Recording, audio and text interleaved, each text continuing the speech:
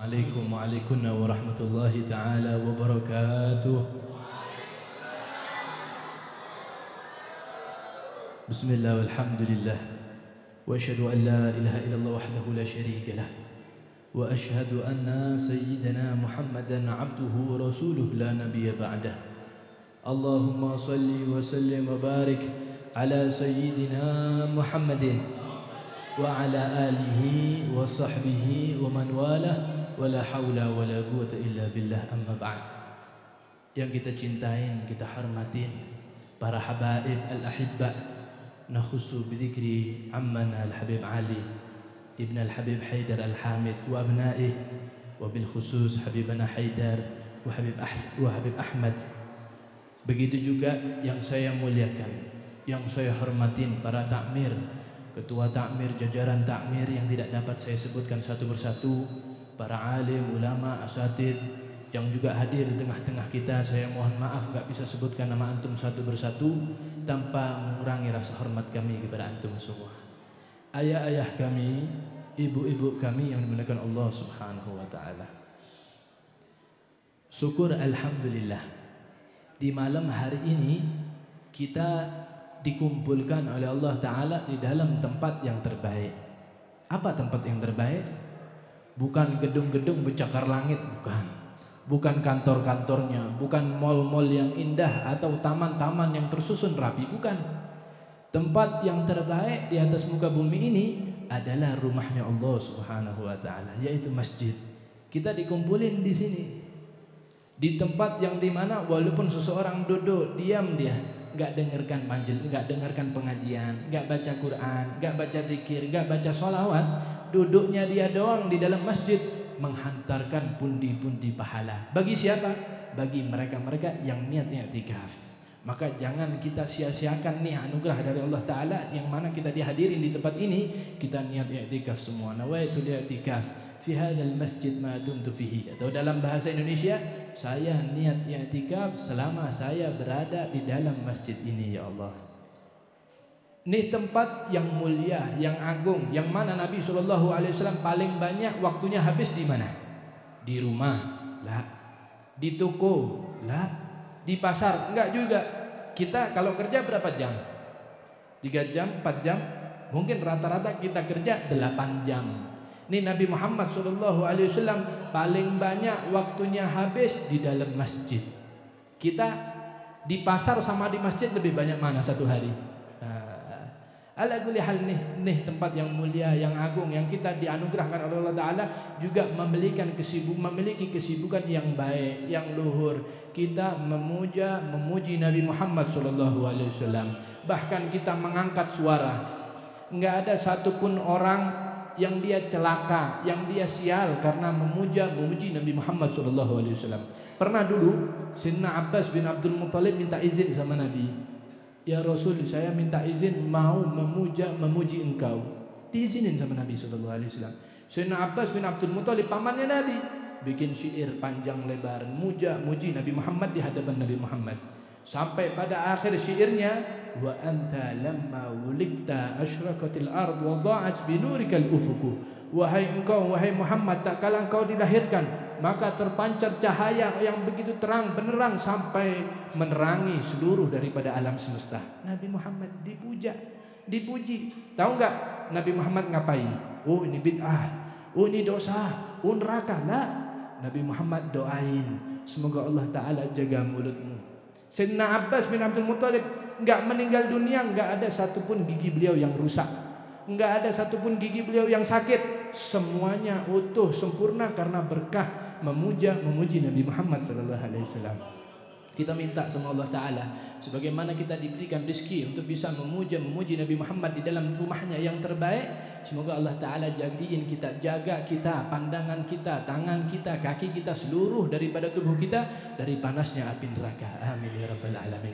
Bahkan di dalam kitab Nuzhatul Majalis diceritakan seorang sholihin punya tetangganya dia enggak baik, tetangganya dia suka bikin onar, suka maksiat. Sampai orang sholihin tersebut ngasih nasihat, wahai fulan, sudah taubat, takut engkau keburu mati sedangkan engkau belum bertaubat.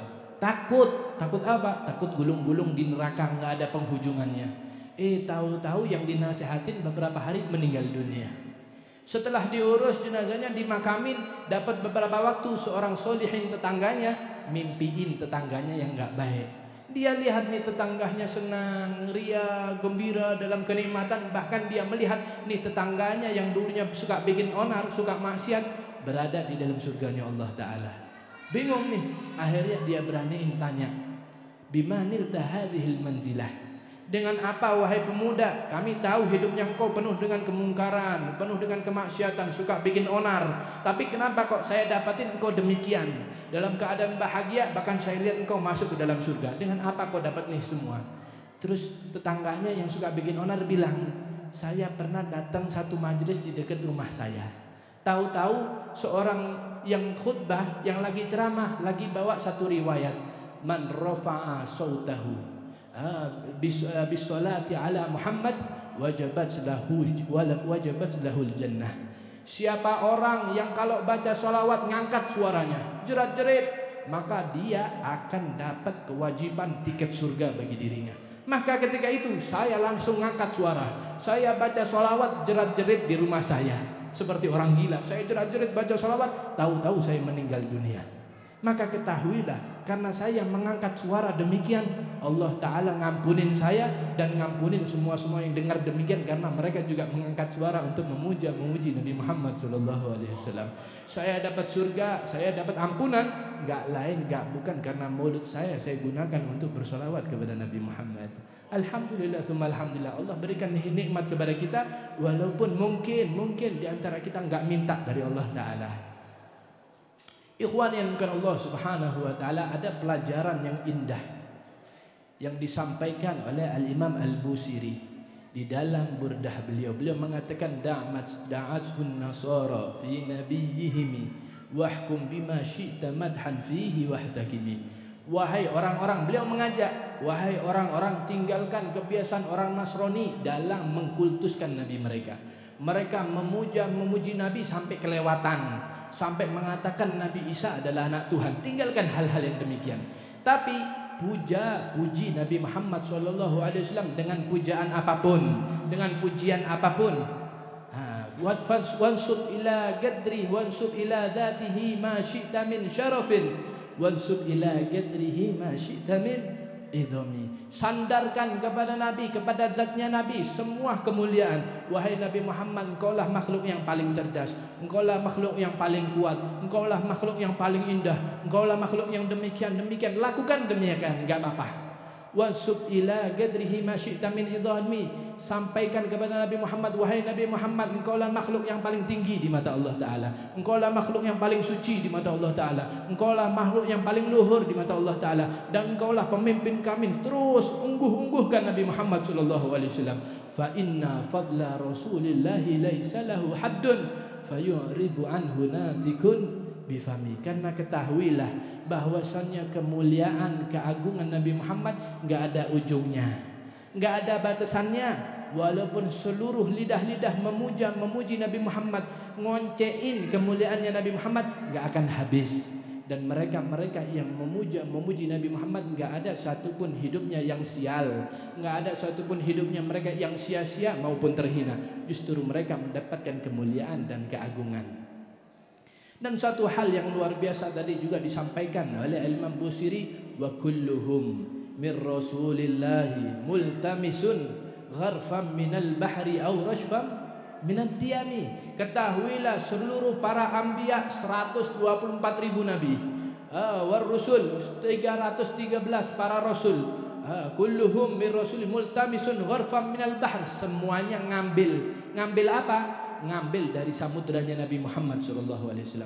Ada yang ngambilnya satu canting, ada yang ngambilnya sedikit, tapi nggak ada satupun para anbiya dan rasul kecuali semuanya ngambil keberkahan dari Nabi Muhammad. Atau bahasa yang lebih mudah yang bisa kita pahamin apa yang dikatakan oleh Habib Ali bin Muhammad bin Husain al-Habsyi. Beliau mengatakan apa?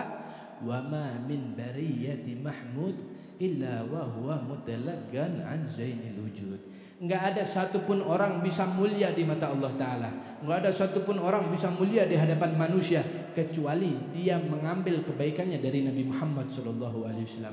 Nih majelis ngikatin kita, sambungin hubungan kita dengan siapa? Dengan Nabi Muhammad SAW. Karena kita ketahui semua kebaikan bermula dari Nabi Muhammad SAW. Ini satu kisah. Dulu ada namanya Habib Syekh bin Abdullah Al-Idrus. Ini orang loman, ini orang dermawan, suka ngasih orang. Siapapun yang datang ke rumah beliau nggak bisa makan, nggak bisa beli apa-apa, datang ke rumah beliau dikasih makan. Bahkan lomannya beliau bukan hanya kepada orang fakir miskin yang datang pakai jas. Kalau bahasa kita pakai mobil Mercy, datang ke rumahnya beliau bilang, ya Habib saya minta makan, dikasih sama beliau makan. Nggak pilih-pilih orang, siapapun yang minta dikasih sama beliau. Sampai pernah Habib Syekh bin Abdullah ini lagi majelis demikian, dia mengatakan kepada muridnya, wahai murid-murid, ada nggak yang lebih loman dari saya? Ada nggak yang lebih dermawan dari saya? Diam murid-murid, nggak ada yang jawab, karena mereka nggak dapetin orang lebih loman daripada Habib Syekh bin Abdullah Al-Idrus. Ditanya lagi, ada nggak yang lebih loman dari saya? Akhirnya di ujung majelis ada yang berdiri, ada Habib. Siapa? Seseorang yang tinggal di pinggiran kota, namanya Bamisbah. Kalau bahasa kita tinggalnya di kabupaten. Itu ada orang loman banget Habib. Saya tahu, saya paham benar. Dia orang nggak punya tapi dia loman. Maka Habib Syekh bin Abdullah Al-Idrus kepingin nguji bener nggak nih orang loman beneran. Malam-malam Habib Syekh pakai baju kurung seperti seorang wanita. Bahasanya pakai baju balto atau pakai baju yang hitam-hitam tuh, ditutupin wajahnya, pura-pura jadi seorang wanita yang miskin. Berangkat malam-malam Habib Syekh ke rumahnya Bamisbah, sesuai alamat, sesuai petunjuk daripada muridnya. Ketika datang di depan rumahnya Bamisbah, Habib Syekh nunggu. Orang-orang di Yaman tuh rumahnya tingkat, rata-rata rumahnya tingkat. Mereka biasa tidur di lantai yang lebih atas, entah lantai 2, entah lantai 3. Habib Syekh bin Abdullah Al-Idrus nunggu apa? Nunggu Bamisbah mau meletakkan kepalanya, baru dipanggil, baru diketuk pintunya. Ditunggu sama beliau sampai Bamisbah masuk ke dalam kamar, hendak istirahat, diketuk pintunya. Bamisbah, Bamisbah, saya punya hajat kepada engkau. Turun Bamisbah. Dibuka, Masya Allah, ada gerangan apa wahai nyonya yang bisa saya bantu untuk engkau? Ini Habib Syekh pura-pura jadi perempuan. Maka Habib Syekh mengatakan, saya sudah beberapa waktu belum makan, saya butuh makanan. Baik, saya punya makanan, saya punya gandum. Ada yang grade A, ada yang grade B, ada yang grade C. Ditawarin Mas An, ada yang baik, ada yang biasa, ada yang jelekan. Kalau gitu kasih saya yang terbaik. Bamisbah ambil gandum di dalam rumahnya, diambil bukan satu kantung, diambilnya satu karung, dikasihkan kepada seorang perempuan tersebut. Ini wahai nyonya, ada gerangan khidmah apa yang bisa saya bantu lagi? Ada apa yang mungkin bisa saya berikan lagi? Katanya Habib Syekh yang pura-pura jadi perempuan, enggak, ini sudah cukup, satu kantung sudah cukup. Ditutup sama Bamisbah, dia kembali lagi ke kamarnya.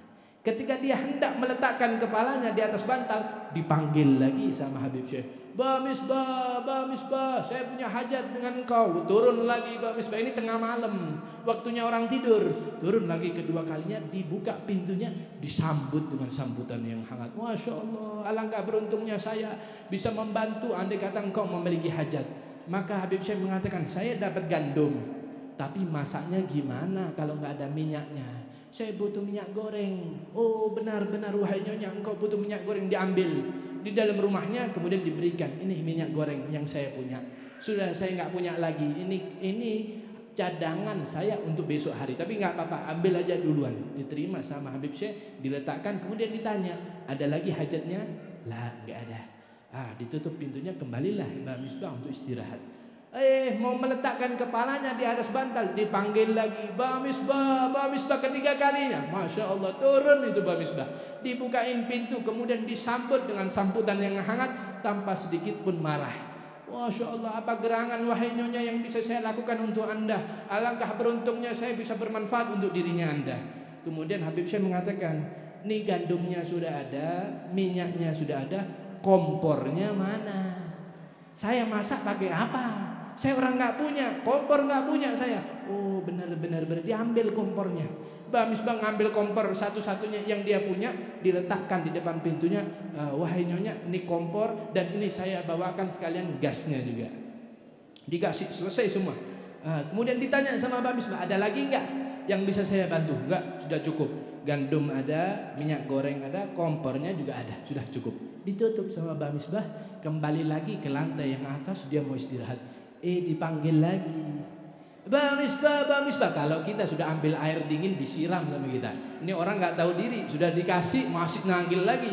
Mbak Misbah. Tapi Mbak Misbah orang yang soleh, orang yang dermawan.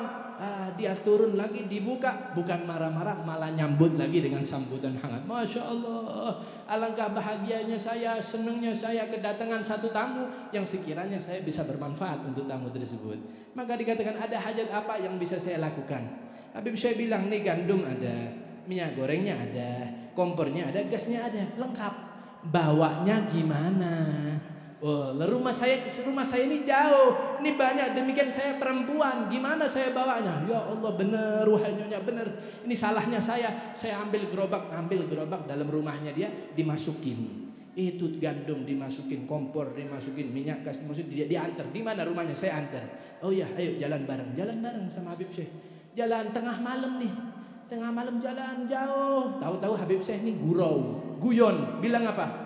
Ya Allah, ini malam hari sudah gelap. Saya lupa rumah saya di mana. Kalau siang saya ingat, tapi kalau malam demikian saya lupa. Sudah jalan jauh baru dibilang demikian. Oh, kalau gitu nggak apa-apa, wahai nyonya. Istirahat aja dulu di rumah saya. Nanti kalau datang waktu subuh, waktu yang terang, kita jalan ke rumah Anda. Kembali lagi ke rumahnya Mbah Misbah. Kemudian sampai di depan rumahnya Mbah Misbah, dibuka kerudungnya, dibuka penutupnya Habib Syekh. Kemudian Habib Syekh mengatakan, benar, kau orang yang lebih dermawan daripada saya. Kau orang gak punya, kau orang miskin, kau orang fakir, tapi masih mau memberikan demikian banyak, masih mau memberikan semua yang kau miliki untuk diri saya. Kau benar-benar orang yang dermawan, lebih dermawan daripada Habib Syekh bin Abdullah Al-Idrus. Hakata asy-syakhi qaribun minal jannah wa ba'idun minan nar. Orang-orang yang dermawan dekat dengan surga, jauh dengan api neraka. Sekarang pertanyaannya, Mbah Misbah bisa seloman itu niru siapa? Junjungannya siapa? Pernah Sayyidina Hasan Sibtur Rasul, cucunya Nabi juga demikian. Datang satu orang marah-marah. Wahai cucunya Nabi, saya orang gak punya, saya butuh harta. Sayyidina Hasan didatengin dengan kurang ajar. Apakah diusir? Lah, dia ngambil duitnya dia. Berapa yang diambil sama Sayyidina Hasan? 10.000 dinar. 1 dinar berapa? Ada yang mengatakan 2 jutaan sampai 3 jutaan. Kalau 10.000, 20 miliar. Ada nggak orang ngasih demikian? Orang datang kurang ajar, tahu-tahu minta duit sama Sayyidina Hasan, dikasih 10.000 dinar. Orangnya gembira, bahagia. Saking banyaknya nih, kan 1 dinar kan 2 gram sampai 3 gram. Berarti kalau 10.000, berarti kan 20 sampai 30 kilo. Ini orang yang dikasih nggak bisa bawa. Dia bilang, wahai Sayyidina Hasan, wahai cucunya Nabi, ini saya nggak bisa bawa. Dibuka penutup kepalanya Sayyidina Hasan, kan ada penutupnya tuh, kayak serbannya gini, dibuka sama Sayyidina Hasan, dibeberin. Ayo masukin nih uang masukin ke sana biar dia bawa. Dimasukin. Setelah dimasukin, dibawa sama dia. Nggak kuat saya ngangkatnya, terlalu berat. Manggil budaknya, wahai budakku sini. Saya sekarang berikan engkau kepada dia. Ini orang bukan hanya dikasih duit, budaknya pun dikasihkan sama Sayyidina Hasan. Masya Allah, luar biasa. Lomannya luar biasa. Ada nggak di antara kita yang bisa mengasih orang miskin, kurang ajar, tahu-tahu dikasih 20 miliar? Wah, ini luar biasa. Kira-kira nih Sayyidina Hasan niru siapa? Nyuntuhnya nyuntuh siapa? Sayyidina Aisyah radhiyallahu taala datang harta hadiah datang. Yang datang berapa? 100.000 dinar. 200 sampai 300 M. 200-300 M beliau kumpulin, dapat hadiah dari orang, manggil satu kota. Ayo orang-orang datang ke rumah saya, semuanya dikasihin sama Sayyidah Aisyah.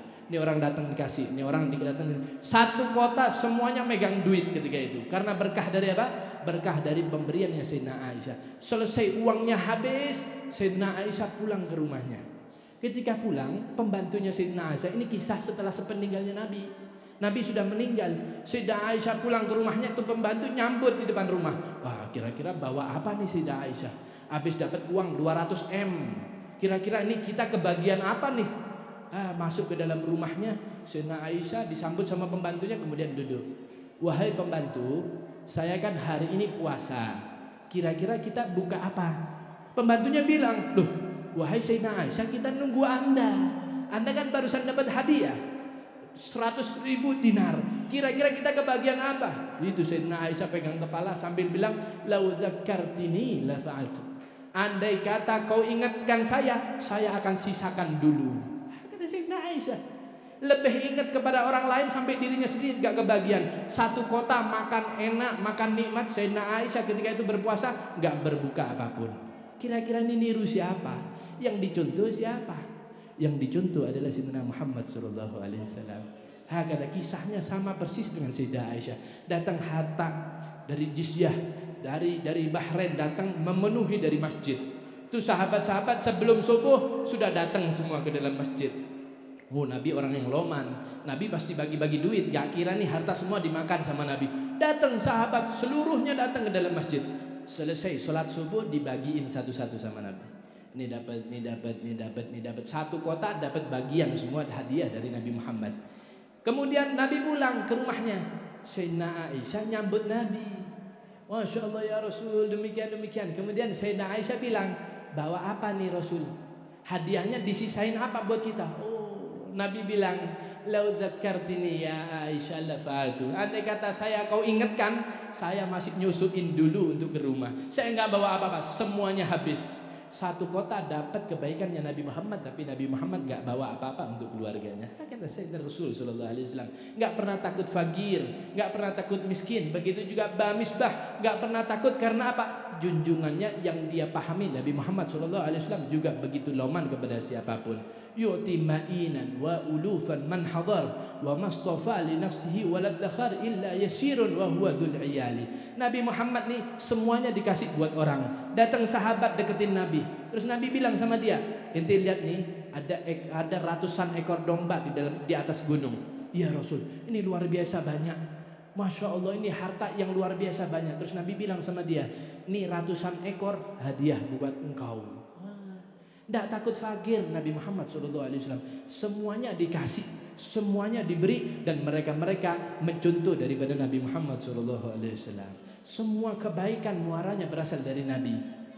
Tahu nggak dulu nih ada seorang imam namanya Ibrahim Ad-Dasuki, seorang solihin. Kebiasaan beliau senantiasa setiap hari keliling ke dalam rumahnya, kemudian perhatiin lubang-lubang di dalam rumahnya. Kalau ada semut, pergi ke dapur, ambil gula, dimasukin gula tersebut ke dalam lubang-lubang tersebut. Merhatiin, semut aja diperhatiin, apalagi tetangganya, apalagi seorang manusia diperhatiin sama beliau. Semut aja yang bertamu atau yang tinggal di dalam rumahnya nggak boleh mati kelaparan, semuanya harus kenyang. Hakadah. Kira-kira niru siapa? Kok bisa ada orang demikian? Ini yang ditiru siapa? Sayyidina Umar bin Khattab pernah satu ketika beliau melihat anak kecil lagi mainan burung. Itu burung disakitin, itu burung diadab sama anak-anak kecil. Kemudian Sayyidina Umar melihat, saya ingin berbuat baik. Tanya sama anak-anak tersebut, "Wahai anak-anak, mau nggak nih burung dijual ke saya?" "Mau." "Harganya sekian." Dibayar sama Sayyidina Umar, kemudian dibebasin. Ketika Sayyidina Umar bin Khattab meninggal dunia, beberapa daripada sahabat-sahabat bermimpi bertemu Sayyidina Umar. Ditanya, "Wahai Umar, bagaimana keadaanmu?" Sayyidina Umar mengatakan, "Saya dirahmatin dan diampunin oleh Allah Ta'ala." Ditanya, "Apa karena kebijaksanaanmu? Apakah karena keberanianmu? Atau karena dakwahmu yang meluas ke seluruh penjuru dunia, engkau dirahmatin sama diampunin oleh Allah Ta'ala?" Sayyidina Umar bilang, "Enggak, saya dirahmatin dan diampunin oleh Allah Ta'ala karena saya pernah beli seekor burung daripada anak-anak." Hal yang remeh tapi mendatangkan maghfirah dan rahmat dari Allah Ta'ala. Begitu juga Sayyidina Al-Imam Al-Ghazali, Muhammad bin Muhammad Al-Ghazali. Beliau meninggal dunia. Beberapa waktu setelah itu ada seseorang bermimpi ketemu beliau. Ditanya, "Wahai Imam, bagaimana keadaanmu?" "Saya dirahmatin, saya diampunin oleh Allah Ta'ala." "Apakah karena karanganmu yang begitu banyak, wahai Imam? Apakah karena dakwahmu yang luar biasa, lidahmu yang begitu licin dalam berdebat?" Beliau mengatakan, "La, saya dirahmatin dan diampunin oleh Allah Ta'ala karena satu sebabnya." "Apa?" "Saya melihat ada seekor lalat di tengah-tengah saya mengarang. Lalat itu turun di tempat tintanya saya. Saya lihat nih lalat lagi minum, saya biarin, saya nggak ganggu dia. Saya biarin dia sampai minum, kenyang, dia terbang sendiri. Karena itulah saya dirahmatin oleh Allah Ta'ala." Kira-kira nih Imam Ibrahim Ad-Dasuki, Sayyidina Umar, Sayyidina Al-Imam Al-Ghazali niru siapa? niru Nabi Muhammad SAW. Pernah suatu ketika ini Nabi keluar dengan para sahabatnya. Kemudian ada seorang kafir yang lagi buru-buruan. Dapat dia seekor seperti kijang, namanya menjangan. Agak sedikit beda daripada kijang. Kemudian menjangan tersebut seakan-akan memberikan isyarat sama Nabi. Kalau kita baca di kitab Ad-Dibai ada kalimat wa kallamatul ghazalah. Nabi pernah bercakap dengan menjangan. Akhirnya Nabi mendekati menjangan tersebut, kemudian menjangan tersebut bercakap sama Nabi, cerita demikian. Selesai dia bercakap dengan Nabi Muhammad bilang sama orang kafir yang lagi nangkep, wahai fulan, mau nggak menjangan ini dilepas? Wah, orang kafir langsung gini, saya dapatnya susah payah, tahu-tahu Anda suruh saya ngelepas. Nggak mungkin, nggak mau saya. Kemudian Nabi bilang, saya yang jamin kalau inti lepas nanti dia kembali. Gak mau saya mau ngelepas dia kalau engkau mau jadi seperti posisinya dia. Saya ikat seperti hewan. Tahu gak Nabi Muhammad apa yang dilakukan? Apa panggil sahabatnya, ayo inti jadi korban, inti yang diikat. Lah, Nabi Muhammad sodorin tangannya, baik saya mau jadi tawanan menggantiin menjangan tersebut. Diikat tangan sucinya Nabi Muhammad. Yang buka pintu surga diikat sama orang kafir seperti hewan. Kemudian menjangan tersebut dibiarkan pergi. Selesai pergi, menjangan tersebut datang kembali. Tuh orang kafir takjub, wah luar biasa nih, beneran nih, menjangannya kembali. Tahu-tahu menjangan tersebut deketin Nabi Muhammad SAW, berbisik sama Nabi. Setelah berbisik itu Nabi Muhammad SAW menangis, meneteskan air mata. Ini orang kafir lebih takjub lagi. Kok bisa demikian keadaannya? Nabi Muhammad bilang nih menjangan datang, bukan malah gembira dia, malah dia menangis. Tahu nggak Nabi Muhammad bilang apa sama orang kafir? Nih menjangan tadi minta tolong sama saya. Dia pergi ke hutan untuk cari makanan. Sekiranya dia punya makanan, akhirnya air susunya bisa keluar untuk nyusuin dua anaknya yang dia tinggal. Tahu-tahu dia pergi ke hutan, ente tangkep, sedangkan anaknya nunggu. Takut anaknya nunggu kelamaan, akhirnya anaknya mati. Maka minta tolong sama saya, wahai Rasul, bisa nggak tolong saya? Saya mau pergi sebentar pamitan kepada anak-anak saya. Saya ingin menyusui mereka, akhir kali saya menyusui. Ini akhirnya menjangan pergi ke anaknya, kan tadi pergi, ya pergi. Dia datang ke anaknya, kemudian dia mengatakan, wahai anakku, bersegeralah kalian menyusu padaku. Karena saya tadi ketangkep dengan seorang pemburu, sedangkan yang menjadi penggantinya saya, yang diikat untuk gantikan saya adalah Nabi Muhammad SAW. Maka anaknya menjangan tuh bilang, wahai ibu, demi Allah haram kami minum air susumu kalau ternyata Nabi Muhammad jadi tawanan menggantikan dirimu. Saya lebih rela, lebih ikhlas kalau ibu yang ditangkap daripada Nabi Muhammad. Akhirnya ibunya nggak jadi nyusuin, lari lagi keburu-keburu datengin Nabi Muhammad SAW. Nabi Muhammad menangis dengar kisah daripada menjangan tersebut. Apa yang terjadi? Ini orang kafir mengatakan, saya bersyahadat bahwasanya engkau benar-benar utusannya Allah Ta'ala yang diutus untuk rahmat lil alamin. Ini semua kebaikan, orang bisa berkasih sayang, orang berbuat baik, semuanya ngambilnya dari mana? Ngambilnya dari Nabi Muhammad SAW. Begitu juga para anbiya, para rasul, mereka jadi orang yang mulia, gak lain gak bukan karena mereka kenal dengan Nabi Muhammad. Ini majelis-majelis demikian yang kita baca qasidah burdah setiap bulannya, insya Allah jadi perantara buat kita untuk mengenal, memahami, mempelajari perjalanan kehidupannya Nabi Muhammad SAW. Pelajarin dikit-dikit, lihat maknanya sedikit-sedikit. Kisah kehidupannya Nabi ini burdah, isinya kisah kehidupannya Nabi Muhammad SAW. Nggak dibaca kecuali orang akan lembut hatinya. Nggak dibaca kecuali orang akan semakin jatuh cinta terhadap Nabi Muhammad. Dan siapa orang yang mengenal beliau dengan benar-benar mengenal, dia akan memiliki sifat-sifat yang luhur seperti sifat-sifat orang solihin yang tadi kita ceritakan. Dan apa buah akhirnya? Apa sih buah akhirnya kita kalau ngikutin Nabi Muhammad? Buah akhirnya adalah firman Allah Subhanahu wa taala, in kuntum tuhibbunallah fattabi'uni. Katakanlah wahai Muhammad, kalau mereka benar-benar ngaku cinta sama Allah Ta'ala, ngaku beriman, ngaku jadi pengikutnya engkau, hendaknya engkau katakan sama mereka apa yang Allah suruh Nabi Muhammad untuk mengatakan kepada mereka, ittabi'uni, ikutin saya, ikutin gerak-gerik saya, ikutin kehidupan saya, ikutin gaya hidup saya, ikutin kebaikan saya, ikutin sunnah saya, ikutin ajaran saya, ikutin adab-adabnya saya. Apa buahnya? Yuhibbukumullah. Allah Ta'ala turun untuk mencintai itu hamba. Kalau sudah Allah cinta, Allah ngumumin ke alam semesta, wahai alam semesta, cintain fulan karena saya mencintai. Para malaikat mengenal dia, dia enggak meninggal dunia, malaikat pun mau tahu, oh ini hamba yang dicintai sama Allah Ta'ala, saya berlemah lembut. Datang dia masuk ke dalam kuburan, itu malaikat mungkar dan nakir tahu, oh ini hamba yang dicintai sama Allah. Enggak usah kita tanya, sudah enggak usah diraguin, ini hamba sudah dicintai sama Allah Ta'ala. Bukan hanya dapat cinta, Allah Ta'ala bilang apa selanjutnya?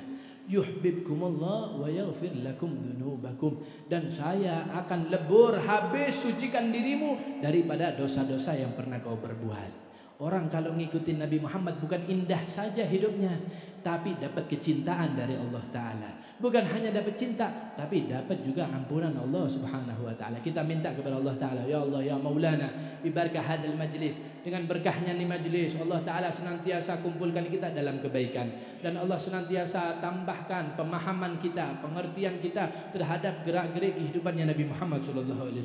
Dari pemahaman tersebut Allah berikan hidayah wa taufik untuk kita juga bisa mengikuti daripada gaya hidupnya baginda Rasul SAW. Karena berkah daripada apa yang kita ikutin dari gerak-gerik kehidupannya Nabi Muhammad SAW, kita layak menjadi hamba-hamba yang Engkau cintai ya Allah. Dan daripada cintamu turunlah maghfirah dan ampunanmu, dan kami menjadi mulia dan tinggi karena mengikuti Nabi Muhammad SAW. Mungkin sekelumit ini yang bisa Al-Faqir sampaikan. Atlubul afwa ala al-italah. Wassalamualaikum warahmatullahi ta'ala wabarakatuh. Alhamdulillahirabbil alamin. Walaupun sebentar,